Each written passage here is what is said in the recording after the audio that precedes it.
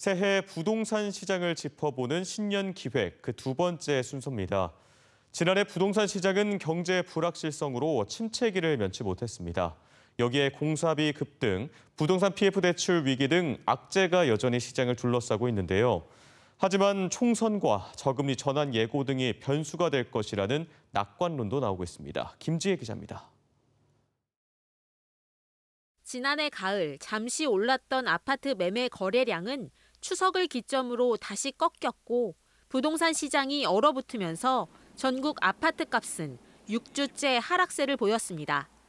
이달 첫째 주 기준 전국 아파트 가격은 전주보다 0.05% 가격이 내렸고 대전과 세종은 0.02%, 충남은 0.03% 하락하는 등 침체가 이어졌습니다. 올해 전망도 좋지 않습니다. 고금리로 인한 이자 부담 등으로 매수 심리가 위축됐고 가격이 빠지자 관망세가 뚜렷해지며 거래가 실종됐습니다. 고가의 아파트를 산다는 것은 현실적으로 좀 부담이 좀 많은 것 같아요. 그래서 오히려 전세 가격 가지고 매수를 할 수 있는 좀 저가의 아파트 쪽으로 좀 한 단계 좀 내려앉는 이런 경향이 좀 뚜렷하게 지금 나타나고 있는.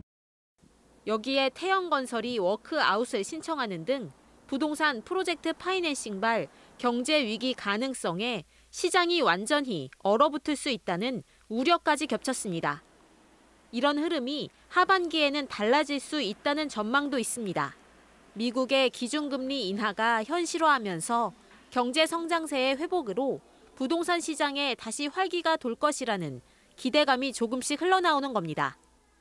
부동산 시장의 어떤 하락기를 주도했던 것이 이제 금리 문제거든요. 그래서 이런 문제가 어느 정도 원천적으로 좀 해소가 된다라는 측면이 보합세나 저는 오히려 살짝 매매 시장에서 상승할 수 있을 것 같고요. 게다가 입주 물량 감소, 분양가 상승 등을 고려하면 하반기엔 완만한 아파트 가격 상승이 기대됩니다. 정부 정책은 변수입니다.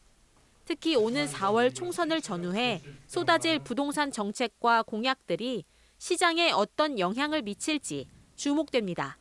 MBC 뉴스 김지혜입니다.